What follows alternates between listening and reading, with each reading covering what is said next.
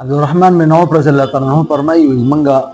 چې کله غزوه بدر کې ولاړو په جهاد کې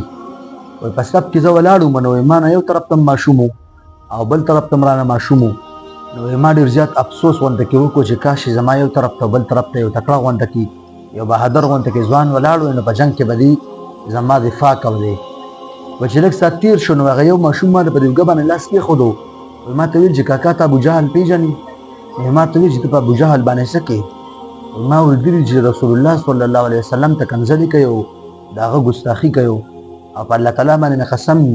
کچره دې ما نوري دونه دې به زمانه ژوندې نشي وې دې ماشوم پر چې دا خبره وکړه زړه عزت خوشاله شوم چې دا ماشوم دې د دونه غټه جذبه را و چې لږ سات تیر شو غبل ماشوم باندې پوګه باندې لاس کې خودو او ما ته ویل چې کاکا ته ابو جهل پیژني ما ورته ویل چې ته په ابو جهل باندې سکی نو هغه مرته غشانوي دي چې ما ورته چې پیغمبر علیه الصلاۃ والسلام په شان دې ګستاخی کوي او پیغمبر علیه الصلاۃ والسلام ته کنځلې کوي او په الله تعالی باندې قسم چې دې ما نه نوري دې به زمانه ژوندې نشي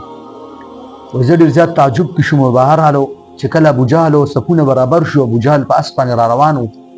ما دې دوه ماشومان ته ویل چې ابو جهل هغه لري و دوی لاړل فورا په هغې باندې ورغوټه شو حمله یې پرې وکړله یو کس د ابو جهل په اس باندې حمله وکړله او دا بل کس و چې کله اس باندې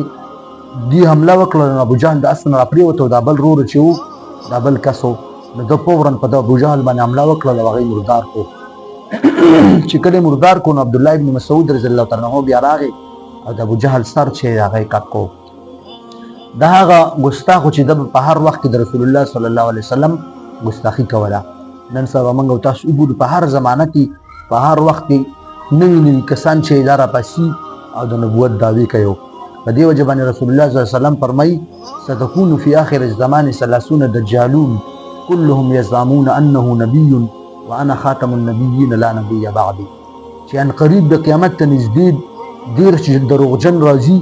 او دا دیرش دروغجن چې دی به هر یو کس چې دا ګمان کوي چې زه پیغمبر یم او خبردار زه اخرنی پیغمبر یم زمانه پس بل پیغمبر دنیا ته راتلونکی نشته